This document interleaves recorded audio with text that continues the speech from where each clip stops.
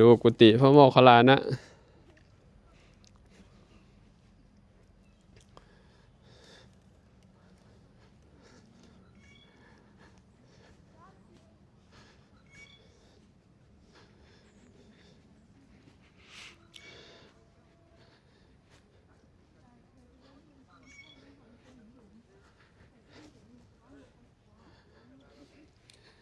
อันนี้เป็นกุฏิของ